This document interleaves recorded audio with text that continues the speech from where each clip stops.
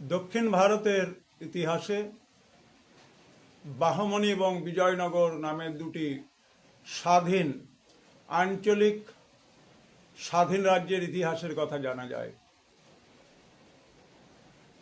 In the light off history ইতিহাসের আলো YouTube চ্যানেলে আজকে আলোচনা করা হবে বাহমনি সাম্রাজ্যের কথা।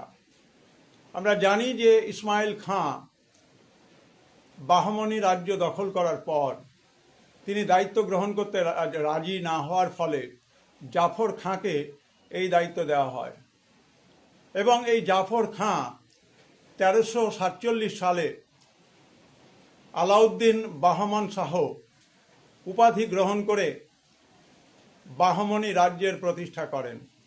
এখন প্রশ্ন হচ্ছে যে বাহমনি নাম, এই বাহমনি নামটি কি করে আসলো?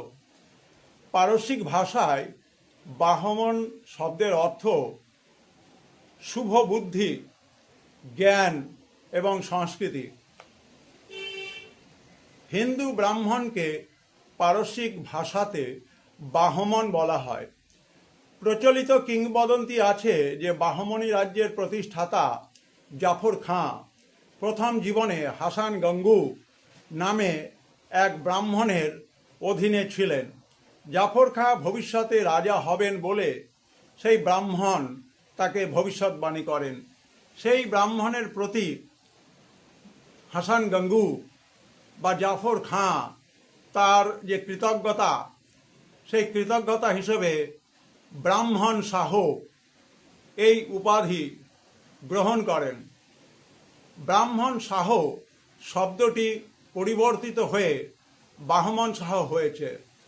তবে অধিকাংশ পণ্ডিত এই মাইথোলজি বা লিজেন্ডকে বিশ্বাস করতে চান না।